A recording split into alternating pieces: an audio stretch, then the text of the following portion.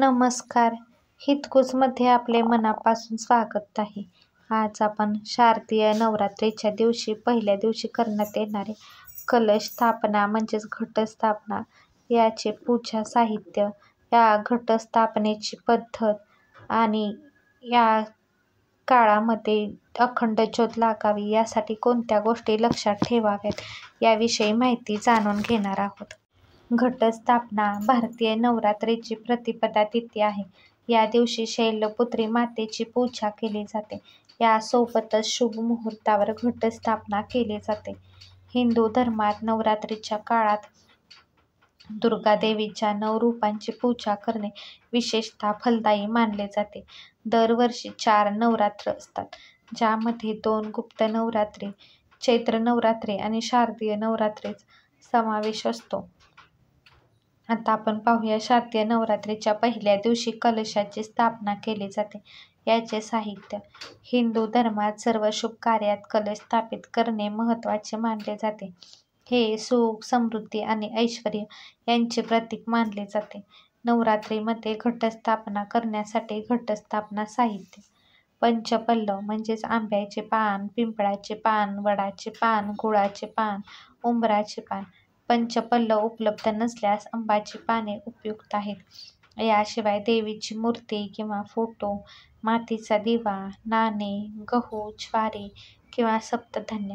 त्यासाठी स्वच्छ माती, मातीचे भांडे, कुंकू, चिरंतन ज्योतीसाठी मातीचा किंवा पितळेचा दिवा, लाल किंवा पिवळे कापड, गंगाजल, कापसाची वात, मध, कापूर, अत्तर, तूप, हळद, गूळ, उदबत्ती, नैवेद्य, सुपारीची पाने, नारळ आणि फुले.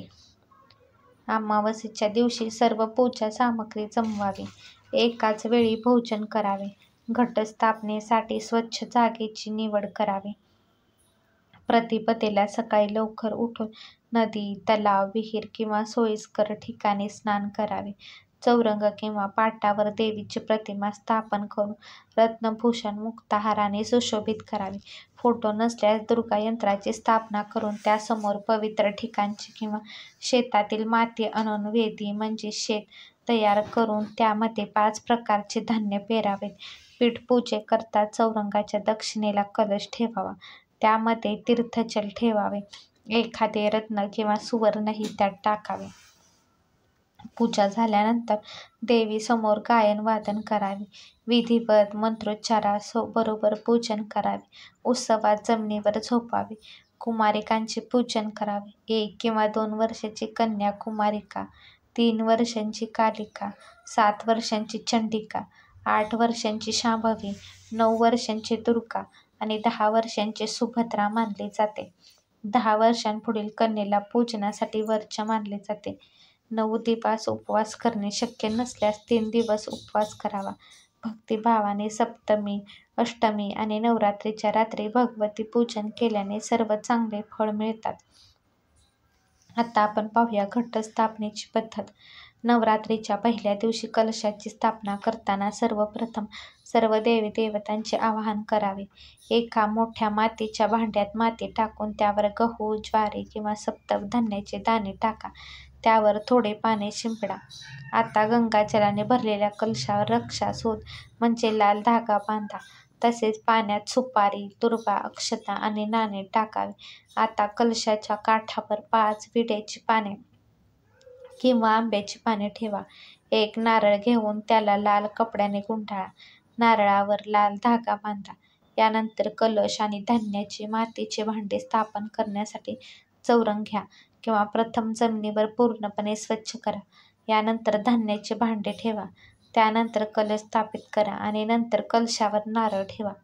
त्यानंतर सर्व देवी देवतांना आमंत्रण देऊन नवरात्रीची विधिवत पूजा सुरू करा.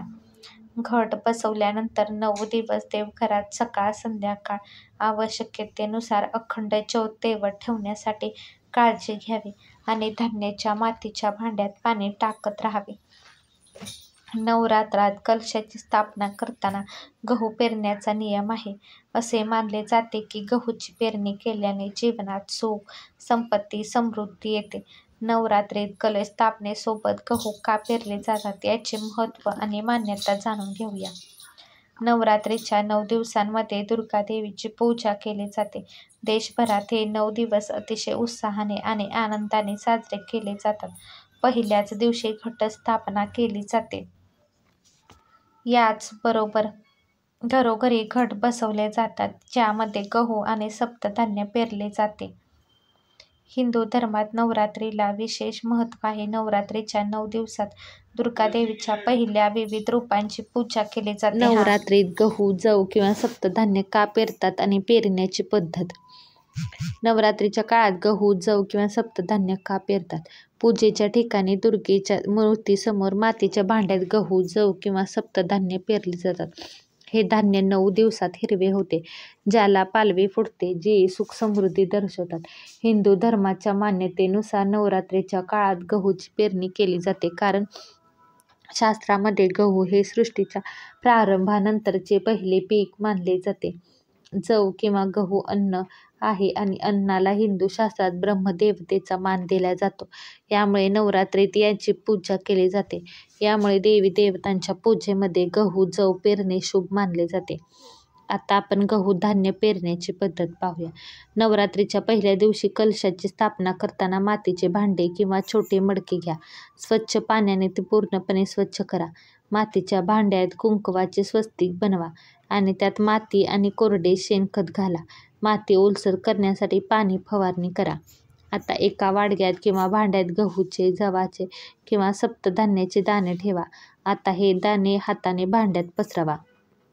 गहू, जव किंवा सप्तधान्य पेरणीचे शुभ अशुभ संकेत.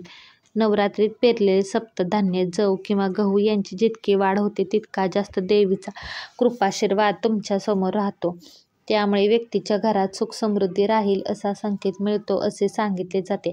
मान्यतेनुसार जर कोंब 2-3 दिवसात फुटले तर खूपच शुभ असते आणि नवरात्री समाप्तीपर्यंत जव जगलेच नाहीत तर हे अशुभ मानले जाते. असेही होऊ शकते की तुम्ही योग्य पद्धतीने जव किंवा गहू पेरले नसावेत. यामुळे लक्षात ठेवा की सप्तधान्य, जव किंवा गहू पेरताना योग्य पद्धतीने पेरावेत. नवरात्रीमध्ये अखंड ज्योत लावावी, परंतु यासाठी कोणत्या गोष्टी लक्षात ठेवाव्यात ते पाहूया. नवरात्रीमध्ये देवी दुर्गासमोर 9 दिवस अखंड ज्योत लावली जाते. देवीसमोर एक तेलाची आणि एक शुद्ध तुपाची ज्योत लावावी. 2. मंत्र महोदधी. मंत्राच्या शास्त्र पुस्तकानुसार अग्नीसमोर करण्यात आलेल्या जपाचा साधकाला 1000 पट जास्त फळ प्राप्त होते. असे म्हटले जाते की दीपक घृत युतम दक्षे तेल युतच वामन. अर्थ तुपाचा दिवा देवीच्या उजव्या बाजूला, तेलाचा दिवा देवीच्या डाव्या बाजूला ठेवावा. 3. अखंड ज्योत संपूर्ण 9 दिवस प्रज्वलित राहणे आवश्यक आहे. यासाठी एका छोट्या दिव्याचा उपयोग करावा. अखंड दिव्यामध्ये तेल तूप टाकायचे असल्यास वा ठीक करायचे असल्यास छोटा दिवा अखंड दिव्याच्या मदतीने प्रज्वलित करून बाजूला ठेवा. 4. अखंड दिवा ज्योत ठीक करताना विझला तर छोट्या दिव्याने अखंड दिवा पुन्हा प्रज्वलित करावा. हा व्हिडिओ तुम्हाला आवडला असेल तर व्हिडिओला लाईक करा, शेअर करा आणि चॅनलला सबस्क्राईब करा. भेटूयात पुन्हा अशाच एका छानशा व्हिडिओसोबत. तोपर्यंत धन्यवाद.